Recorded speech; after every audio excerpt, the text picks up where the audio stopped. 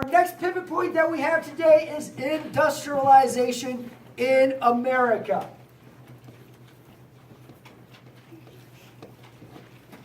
The big key for industrialization is one invention, the steam engine.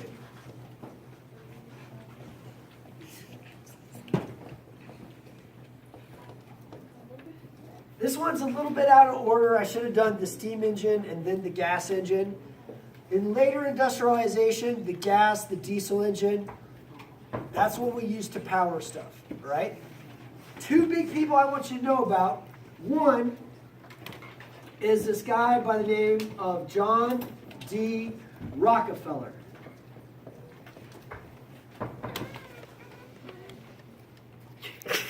Oh, I see a little song, Scaramouche, will you do the fandango? John D. Rockefeller is considered a robber baron. So confused. The second guy I want you to know about is Andrew Carnegie.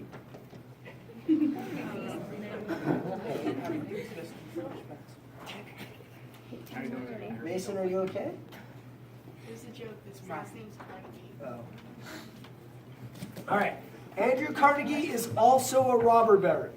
Both of these guys, though, also have some of our first versions of monopolies. No, not quite like the game, but it's 2 degrees largely based on it. What is a monopoly? Does anybody know? Colton. Is it when there's a business that there's no other businesses rival it? Yeah, you're very much right. In Charles City, what is the only landline phone company? No, not MediaCom. 20th Century Link, all right? It used to be, who was the only cable company in Charles City? MediaCom, right? Now things are starting to get a little different, isn't it? Hey!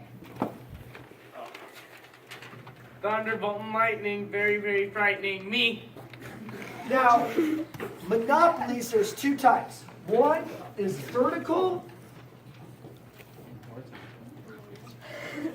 Brody, exactly right. Second is horizontal.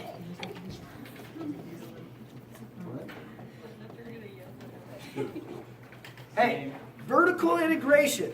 I'm going to give you the quick and dirty of it. Vertical integration. You start with a raw material. Let's say eggs. All right? So I own the chicken, the feed, the chicken coop, the nest, and the farm. But after I get my egg, I got to ship it somewhere, right? So I also own the truck. Then I'm going to go and process it, and I own that facility. Then I own the next truck, and then I own the store where I go and sell it at. That is all vertical integration, okay? Horizontal integration. Let's say you have pig farmers, right?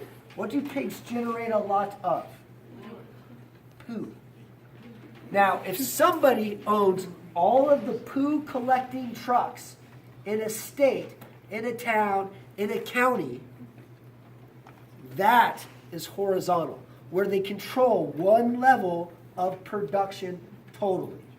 All right? Hey, Rockefeller had horizontal. He had a horizontal monopoly. He had horizontal monopoly. What he did was he controlled oil.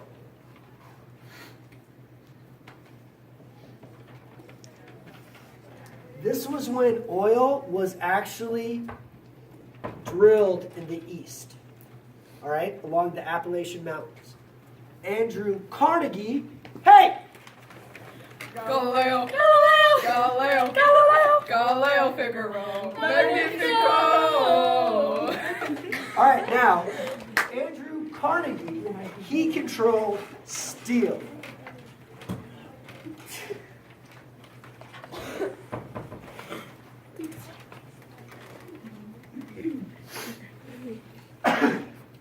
So he controlled steel, and he had vertical. He had the mines that got the iron ore. He had the railroad tracks. He had the places where they smelted it down. He had the places where they finished it, and then he sold it to people. All right? That's vertical it's called vertical integration, and but it's a monopoly. Now, what is the impact of industrialization? One word. The masses. Well, that's two words, right? Hey, it's mass production.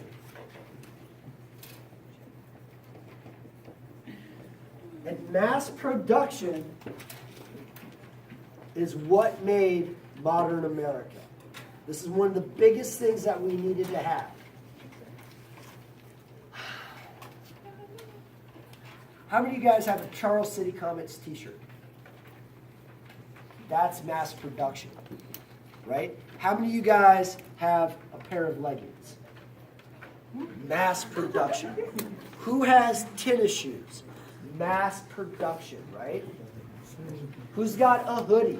It's all mass produced. Mass production made equality happen in America, all right? Everybody could have the same products. That's a huge, huge thing. Everybody had the same products. Now, did it also increase competition amongst people? Because if you got that cool and nifty thing, I'm like, dude, I want that cool and nifty thing. On and on and on. Hey! I'm just a poor boy, nobody loves me. He's just a poor boy from a poor family. Spare him his life from this monstrosity. So, industrialization creates mass production, which creates equality. Now, here's the tricky bit. To have, when you have industrialization, what do people work in? Factories, mass production. Very good, Devin. They work in factories.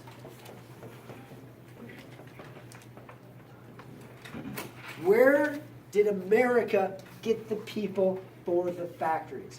Pay attention to this question. Where did America get the people for the factories? Mason. We got them from two spots. One is immigrants. Those people that sometimes we want and sometimes we don't. Anybody know where the second place was? Devin? Kids, teenagers. Yes, because we really love cheap teen labor. Unemployed people. Close. We got them from farms, all right? So the second huge place we got them from was from farms. Before the industrialization of America, we had the agricultural revolution. So the ag revolution. Do you guys know what the first machine that revolutionized agriculture was? It did the job of 5 guys. Nope, not the cotton gin. Cora? Plow? Not the plow. Nope. No. Hey, it's a thresher. One of the most labor-inducive types of agriculture is the threshing of wheat. All right? It's an intensely hand-on thing. Silas McCormick created the first thresher. And all of a sudden, for every, 5 people were unemployed right away. All right? It's a huge focus. It was a huge change in what things were going on. Hey! Easy come, easy go, let me go. Bismillah, no, we will not let you go. Let it go! Bismillah, no, we will not let you go. Let it go! Bismillah, we will not let you go. Let it go! We will not let you go. Ready? Never, never let it go. No, no, no, no, no. Oh, mamma mia, let me go. Mia.